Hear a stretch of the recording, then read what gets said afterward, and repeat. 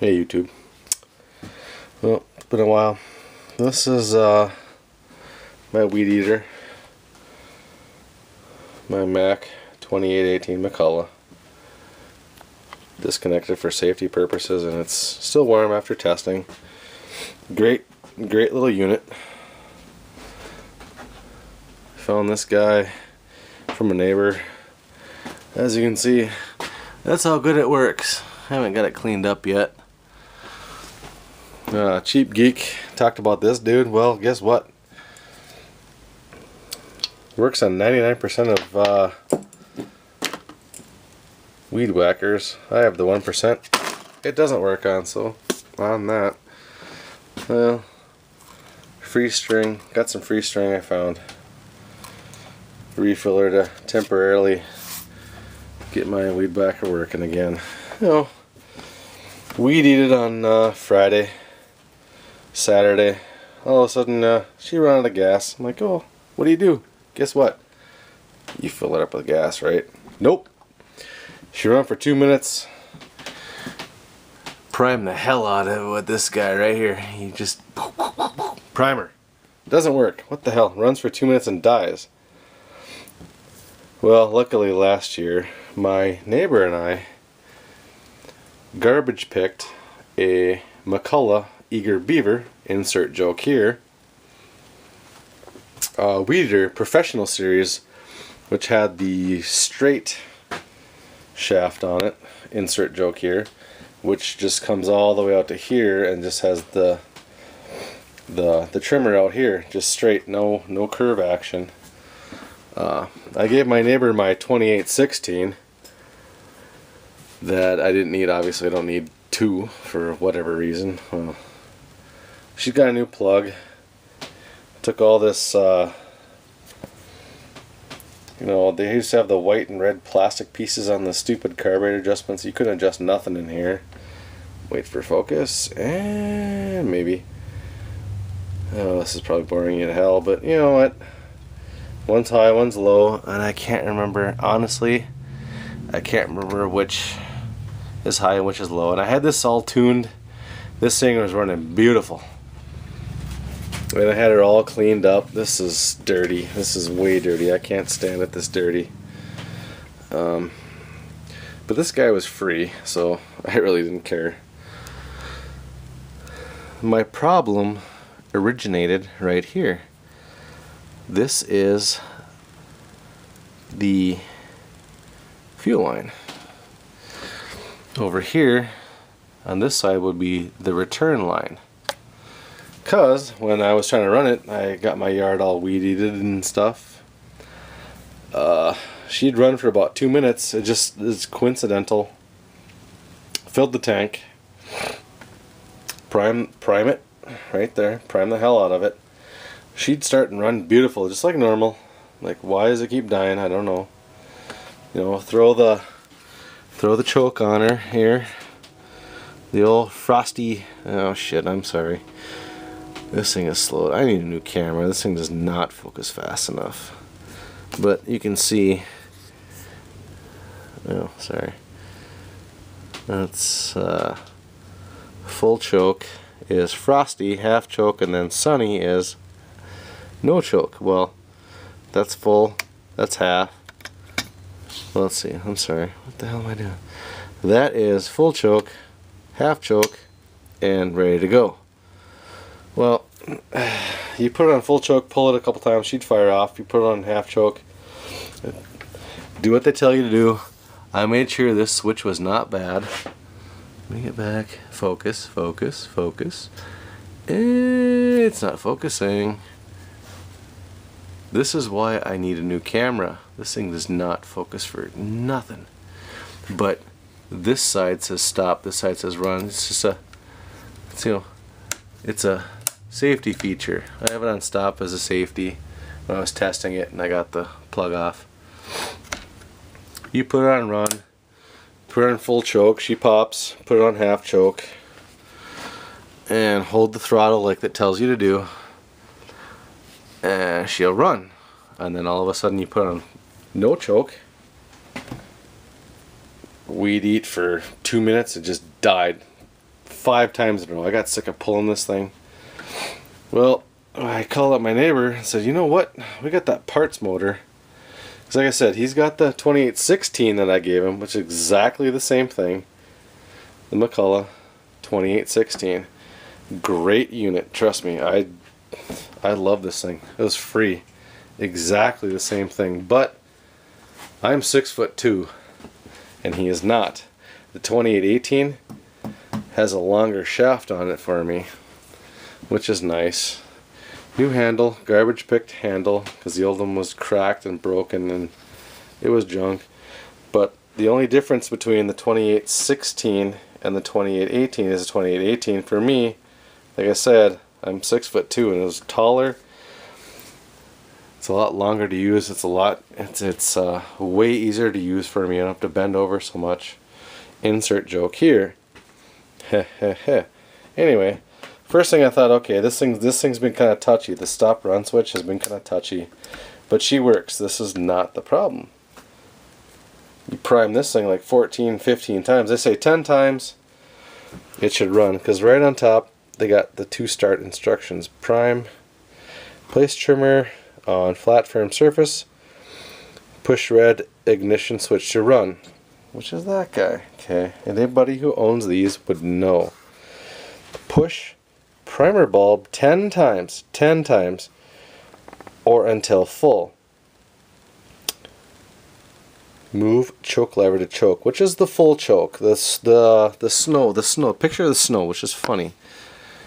It's a picture of I'm sorry, right there. Snowflake, half choke, full, less choke. Full choke is, as you can see by the butterfly valve there, full choke, half choke, and sunshine, which doesn't need any choke.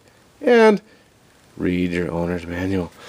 I couldn't figure it out. This thing ran perfect. I did the whole yard, and she wasn't running right. And I'm like, something's wrong, something's wrong. Told my neighbor, I'm like, I'm gonna peek at this guy. He's like, well, let me come down. Okay, we'll peek at her. Ah, sorry. Having a drink of beer. And he said his was doing the same thing. Well, we went down to his house with the 16. He's got 2816. I got his to fire off, no problem, revved up beautifully. Needs a little carb adjustment with these guys here. You can hardly see them, but there's a high side and the low side. I can't tell you which one's which. I'd have to find out. One's high, one's low. These had covers on them, so you could only turn them like a half a turn a piece. I ripped those things off, and this thing's been running great ever since.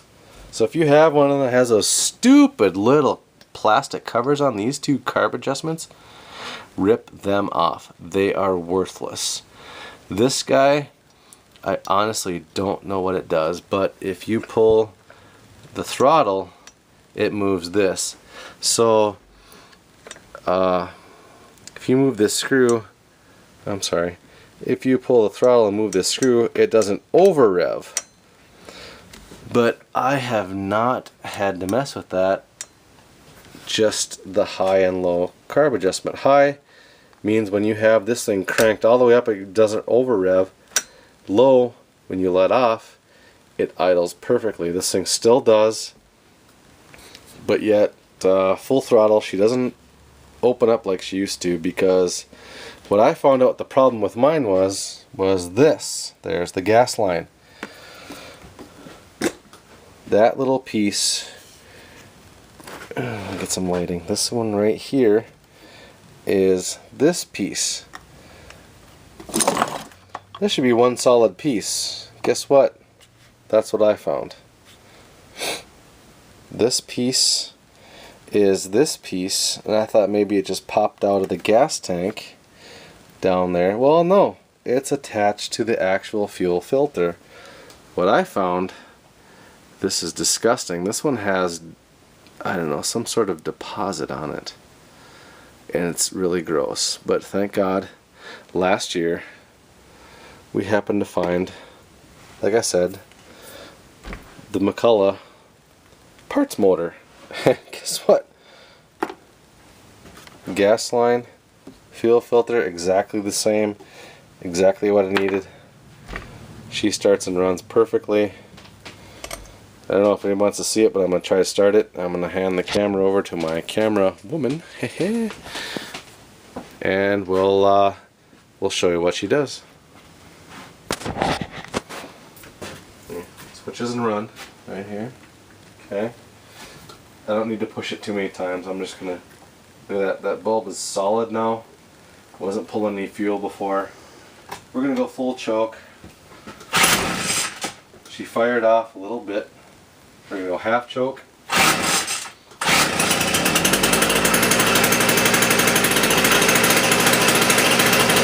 It runs perfectly now. That's all it was. Now we're going to stop it. That's all it was. All that trying to figure out. Now we're going to hand the camera back to me. All that figuring out. You see how easy that popped off? I'm going to do this for safety reasons because it's in my shed and I don't want anybody messing with it. And we're going to turn this back to stop. All that was a stupid little 30-cent gas line and whatever McCulloch uses as a fuel filter. I'm thinking it's some kind of there's a screen on this end. It feels like some kind of fuzzy material on this end, and we also found out that that's how easy it popped off. But the second thing is why it was so bad. I need my camera woman again. I